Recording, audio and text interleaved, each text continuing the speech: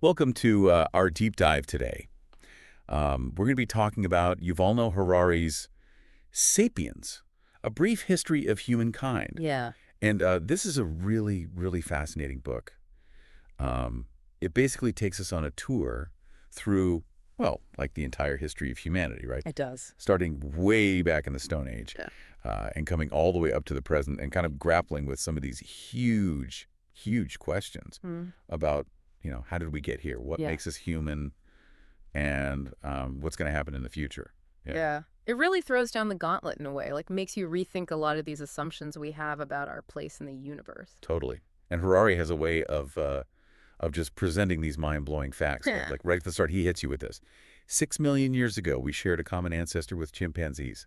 6 million years. It doesn't seem like that long ago when you think about the vast expanse of, Right. geologic time. And how different our trajectories have been since then. We're building skyscrapers and writing symphonies, and chimps are still Still swinging from trees. swinging from trees. Exactly. Yeah. It's pretty incredible. I think that's one of the things that makes the book so compelling. It's this juxtaposition of our insignificance in the grand scheme of things. Yeah. And also our incredible impact on the planet. It really is.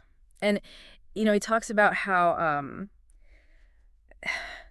lions and sharks, like these apex predators, Right. took millions of years to kind of reach that position in the food chain. But Homo sapiens, we came along and we did it really fast. Relatively quickly. Relatively quickly. I mean, Yeah. not always peacefully. Yeah, that's the thing, right? Yeah. Harari doesn't shy away from the less savory aspects of our history. No. In fact, he kind of digs right in. Yeah. Like he suggests that early Homo sapiens might have been responsible for the extinction of other human species. Like the Neanderthals. The Neanderthals, yeah, exactly. Whoa. And it's a question that just sparks the imagination. Like, what would the world be like today I know. if we had another intelligent species sharing the planet with us? Would we have gotten along? Would we have collaborated? Yeah, would we have learned from each other? Or would it have been just constant conflict? Could we have different types of art, different music? Would we have different religions even? It's impossible to say for sure, but it's fascinating to contemplate the possibilities. It really is. But, setting aside all of that, what is it that really allowed us to reach this position of dominance in the first place? Right. Harari kind of pinpoints two main things, two revolutionary forces: fire and language. Yeah, fire. I mean, talk about a game changer. Right. It wasn't just about cooking food, although that was obviously huge. Right. It was about controlling light and warmth for the first time. Yeah. Like, imagine being able to push back the darkness. Imagine how that must have felt for early humans. To extend the day. Yeah. To be able to gather around the fire at night. Share stories. To tell stories. Yeah, to strengthen social bonds. To develop those bonds. That's really powerful. And then, of course, language. Harari makes this really interesting point that, what sets human language apart from other forms of animal communication is our ability to talk about things that don't physically exist. Right. Things like myths, gods, nations. Like, these are all These imagined realities that we've created and that have had this incredible unifying power, right? They've allowed us to cooperate on a massive scale. And that's really the foundation for complex societies, right? Right. I mean, you can't have cities and empires without that ability to share those stories, those myths, those beliefs that bind people together. So it's like these shared narratives create a sense of purpose and identity Absolutely. that goes beyond our individual differences. Yeah, and it transcends time as well, right? I mean, these stories, these myths, They get passed down. I get passed down through generations, and they shape our understanding of the world, of who we are and where we belong. Totally. So we've got fire, we've got language, and then comes another pivotal moment, right? The agricultural revolution. The agricultural revolution. Now, at first glance, you might think, okay, great. We learned to farm, we settled down, life got easier. Yeah, more food, less uncertainty. Sounds like a good deal, right? Right. But Harari, he throws us a curveball here. A curveball? How so? He asks, what if the agricultural revolution was actually a trap? A trap. What do you mean? Well, think about it. Sure, we had a more stable food supply, Right. but it came at a cost. Increased workload, Oh, right, yeah. vulnerability to famine and disease when crops failed, and then there's the whole emergence of social hierarchies. Oh, yeah. Hunter-gatherers, for all their challenges, they had a pretty egalitarian way of life, right? More or less, yeah. More leisure time, too, according to some anthropologists. So you're saying that agriculture, while it brought certain benefits, might have actually introduced new forms of hardship. Yeah, it's a perspective that challenges our assumptions about progress. Makes you think, huh? Yeah, it really does. And then to make things even more complicated, there's this archaeological site in Turkey called Göbekli Tepe.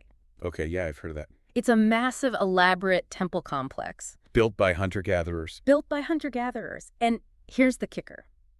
It predates settled agriculture by thousands of years. So they were building these monumental structures before they even started farming. Yeah, it throws a wrench into our neat timelines, right? Makes us question why we transitioned to agriculture in the first place. It's wild. Was it really about necessity? Or were there other factors driving that shift? You know, maybe it was those shared myths we were talking about. Maybe those played a role. Possibly. We can't know for sure, but Göbekli Tepe certainly adds another layer of complexity to our understanding of early human societies. It really does. Okay, so we've got these hunter-gatherers building these incredible structures. Yeah. And then eventually we see the rise of empires. Huge, sprawling empires that dominated vast swaths of land. And Harari argues that those empires, those vast, complex societies, were also built on shared myths. He uses examples like the Code of Hammurabi in ancient Babylonia, Okay. and then jumps thousands of years ahead to the American Declaration of Independence, right? Wow. Showing how these shared beliefs, even if they're based on abstract concepts, can hold together these huge populations. That's a big jump. Yeah, he's really highlighting the continuity of this idea throughout human history. So you're saying that whether it's the laws of Hammurabi or the ideals of the American Revolution, it's all about creating these imagined orders that provide a sense of unity and purpose. Exactly. These imagined orders, as Harari calls them, have been used to justify everything from social hierarchies and legal systems to economic structures and political ideologies. I mean, think about it. Money, nations, corporations, these are all things that don't exist in the natural world. Yeah. They're human inventions. They're products of our collective imagination. But aren't there inherent contradictions in these imagined orders? Like on the one hand, we're talking about shared myths that hold societies together. But on the other hand, Harari also points out how ideas like human equality have often clashed with historical realities. Yeah, that's right. He doesn't shy away from the complexities. Throughout history, these imagined orders have been used to justify inequality and oppression. Slavery, feudalism, colonialism, discrimination based on race, caste, gender. It's a long and troubling list. So these shared narratives, they can be both unifying and divisive. Absolutely. It all depends on how they're constructed and who benefits from them. It's like this double-edged sword Yeah. that can be used for good or for evil. And I think that's why it's so important to understand the power of these narratives. Yeah. Because they continue to shape our world today in profound ways. This is where it gets really interesting, because then Harari goes on to connect these imagined orders to the rise of science and empire. Yeah. Like, he's saying that science doesn't exist in a vacuum. It's always intertwined with the political and economic forces of the time. He shows how European empires, for example, use science as a tool For what? for map-making, resource exploitation, control over their colonies. So science became a way to legitimize and expand their power. In a way, yes. He even uses Darwin's voyage on the HMS Beagle as an example. Here's this naturalist sailing around the world, Right. making groundbreaking observations about evolution, but all while his ship is part of a vast imperial network. Exactly. It highlights the complex relationship between science and power. It really does. And it makes you think about how scientific discoveries can be used to further all sorts of agendas, not always for the benefit of humanity, right? That's right. It's a cautionary tale. Yeah. And it leads us to another pivotal moment in Harari's narrative, the rise of capitalism. Okay, now this is where things start to get really interesting for me. I mean, capitalism has shaped the modern world in so many ways. It really has. And Harari argues that at its core, capitalism is built on a shared myth, the belief in continuous economic growth. The idea that the economy must always be expanding. Exactly. And that belief has driven incredible innovation and economic expansion over the centuries. I mean, just think about the evolution of credit systems. Yeah, that's a great example. Yeah. Credit allowed people to invest in new ventures, to finance exploration, to fuel industrialization. It was a game changer. But it also came with some downsides, right? Of course. Like Harari uses examples like the Dutch East India Company. Yeah. This company amassed immense wealth, Huge. but they also engaged in exploitation, violence. Monopoly, right. Yeah. It's like this dark side of capitalism that we can't ignore. And it raises questions about whether endless growth is truly sustainable in the long run, especially as we face challenges like climate change and resource depletion. Yeah, and those are questions that Harari really grapples with in the book. He doesn't offer easy answers, Right. but he forces us to confront the ethical implications of our economic systems. I think that's one of the things that makes Sapiens so compelling. It's not just a history book. It's a book about ideas. It's a book that makes you think about the big questions. Totally. And speaking of big questions, let's talk about the Industrial Revolution. This is another period of profound transformation Yeah. that reshaped every aspect of human life. Right. It's hard to overstate the impact of the Industrial Revolution. Imagine a world suddenly dominated by machines. Powered by fossil fuels. Powered by fossil fuels. And this new era brought about unprecedented changes in production, transportation, even the very structure of families and communities. It's almost hard to fathom the scale of this shift. People moving from rural areas to cities, working in factories instead of fields. The breakdown of traditional social structures, the Right. rise of the modern individual, it was a whole new world. And it wasn't all positive, Well, right? of course not. I mean, think about the rise of factory farming, the commodification of animals. The Industrial Revolution changed not only our relationship with machines, but also our relationship with the natural world. And it set the stage for the world we live in today. A world of constant technological advancement, rapid globalization, Exponential growth. exponential growth, yeah. And a pace of change that's unlike anything humanity has ever experienced before. Which brings us to the modern era, a time where, as Harari puts it, the only constant is change. We're living in a time of perpetual revolution. Yeah, it's a stark contrast to the relatively static social orders of the past. We're constantly bombarded with new information, new technologies, new ways of life. It can be overwhelming. Well, And it makes you wonder, how do we find meaning and happiness in a world that's constantly shifting beneath our feet? that's the question that Harari tackles head on. And in the next part of our deep dive, we'll explore his answers in more detail. We'll delve into his ideas about happiness, the future of humanity. And the potential for something truly extraordinary, the rise of Homo Deus. So stay tuned. We'll be right back.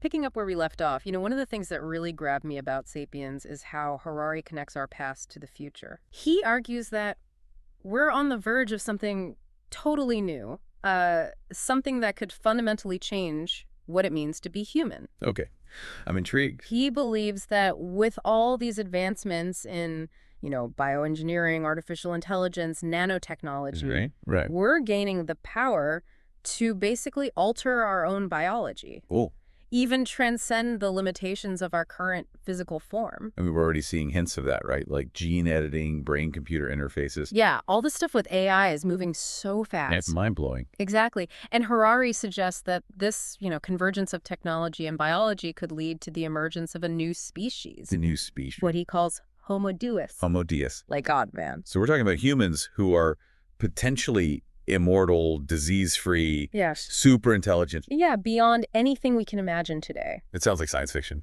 It does, right.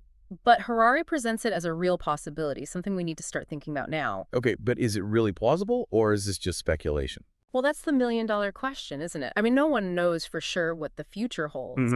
But I think Harari's point is that we need to be prepared for all sorts of possibilities. Okay, I can see that. Because if we can design our own evolution, if we can manipulate our biology in these radical ways, what kind of beings will we choose to become? That's a huge question. It is, and it raises all sorts of ethical dilemmas, right? Like, will these advancements benefit everyone equally? Or will they just exacerbate existing inequality? Exactly. Will we create a utopia or a dystopia? I mean, think about the story of Frankenstein. Yeah.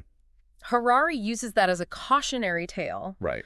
to remind us that our attempts to play God could have unintended consequences. Our creations could turn against us. Yeah, we might think we're in control, but things could easily spiral out of control. It's a sobering thought. It is, and it brings us to a central theme that runs throughout Sapiens. This relationship between power and happiness. Harari argues that, throughout history, Humans have gained immense power. Right, from harnessing fire to splitting the atom. Exactly. But has all this power actually made us happier? That's an interesting question.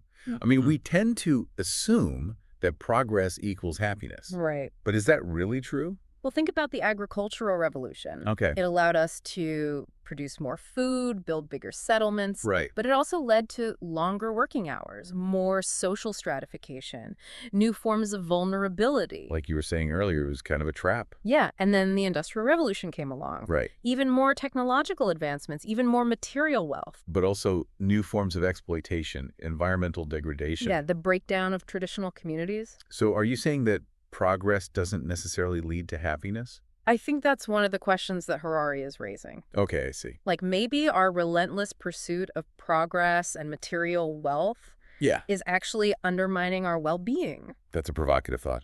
And it's something that a lot of people are grappling with today. I mean, just look around, rates of depression and anxiety are on the rise. Yeah, even though we have more stuff, more technology, more opportunities than ever before. So if progress doesn't equal happiness, what does? Well, Harari suggests that true happiness isn't something you achieve through external factors. Like wealth or possessions? Exactly. It's about our internal state of mind. Our thoughts, our feelings, our values. Yeah, he talks about the importance of mindfulness, compassion, gratitude, It's about finding contentment and meaning in the present moment. rather than constantly chasing after external goals. That's like that saying, happiness is not about having what you want, but wanting what you have. Exactly. I like that. And Harari challenges us to consider whether our modern individualistic society is actually conducive to happiness. Okay. He argues that the breakdown of traditional communities, family structures, Yeah. has led to greater isolation, a loss of meaning for a lot of people. It's counterintuitive, right? Yeah. It is because we often associate individualism with freedom and choice. Right. But maybe it's actually undermining our deeper need for connection, belonging. So you're saying that our pursuit of individual happiness could be part of the problem. It's a possibility that Harari explores. That's deep. And he goes even further, suggesting that our obsession with happiness might be the very thing that's making us unhappy. Okay, how so? Well, think about all the messages we're bombarded with every day. Right, be happy, follow your dreams, live your best life. Exactly, and it creates this pressure, this anxiety. We're not good enough if we're not constantly feeling happy and fulfilled. Yeah, and the more we chase happiness, the more elusive it becomes. It's like a paradox. It is, and Harari suggests that true happiness isn't something we achieve. But something we cultivate. Yeah, through practices like mindfulness, compassion, gratitude. It's about shifting our focus from chasing happiness to cultivating it. Exactly, and I think that ties back to Harari's broader point. Which is, That true progress might not be about accumulating more power or wealth. but about evolving our consciousness. Yeah, evolving our values, our understanding of what it means to live a good life. Okay, I'm following you. And it brings us back to this idea of homo deus. Right, the God man. If we reach a point where we can manipulate our biology, transcend our current limitations, what values will guide those choices? Will we use that power wisely? Or will we succumb to the same patterns of greed, egotism, short-sightedness that have plagued humanity throughout history? These are some heavy questions. They are, and I think they go to the heart of what Harari is trying to do with Sapiens.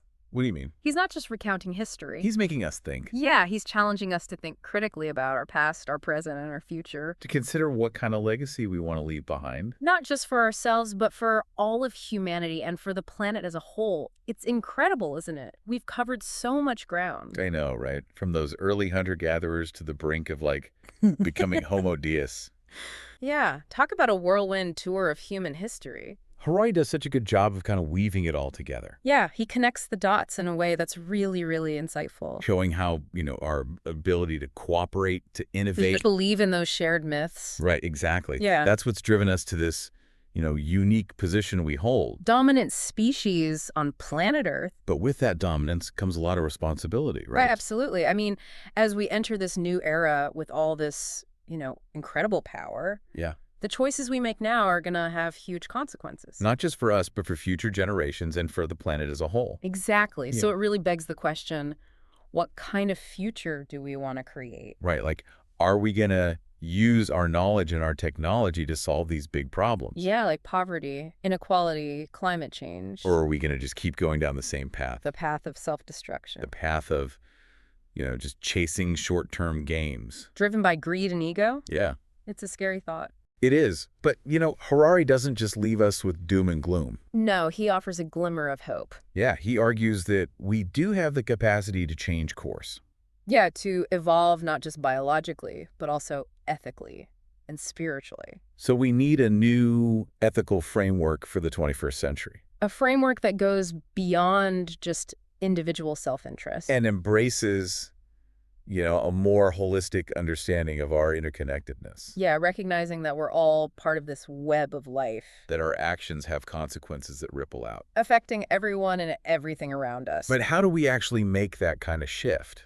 I mean, it seems like such a huge task. It does. But Harari argues that it starts with education. Okay. With becoming aware of the, larger historical forces at play. Understanding how we got here. And what the potential consequences of our choices might be. So books like Sapiens are really important. They can help us see the big picture. Challenge our assumptions. Yeah, like our assumptions about progress, about what it means to be human. So it's about becoming more conscious, more mindful. Yeah, more aware of our impact on the world around us. And it's also about questioning the stories we tell ourselves. Right, those narratives that we've inherited. About who we are, what's important. Like, are we really just these self-interested individuals? Or are we capable of something more?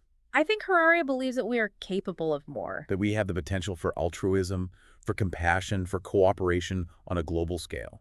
And I think he's challenging us to tap into that potential. To remember that our shared humanity transcends all these differences. Yeah, the differences of nationality, religion, political ideology. It's a powerful message, especially in today's world. A world that often feels so divided and polarized. So what can we do? I mean, as individuals. Right. It's easy to feel overwhelmed, like our actions don't really matter. Yeah. But Harari would say that they do matter now more than ever. Every choice we make, every action we take. It contributes to the collective tapestry of human experience. So it's about being mindful. Yeah, even in those seemingly small things. How we consume, how we travel, how we treat others. How we use our time and our resources. Oh, that's up. Yeah, and it's about supporting organizations that are working to create a better world. Right. There's so many people out there fighting for positive change. And we can all contribute in our own way. Whether it's volunteering our time.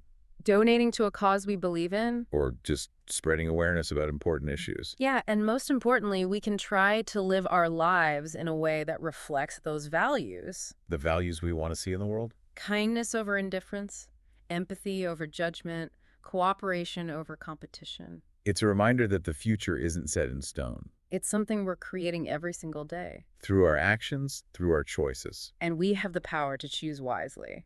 Well, I think that's a good place to wrap up our deep dive into Sapiens.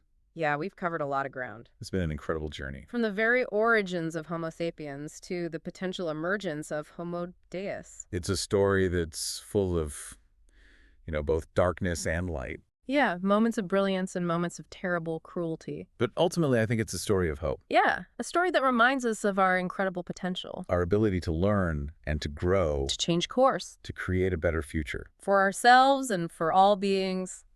Thank you for joining us on this deep dive into Sapiens. We hope you enjoyed it. And we encourage you to keep exploring these ideas. Keep asking the big questions. Keep diving deep. Until next time.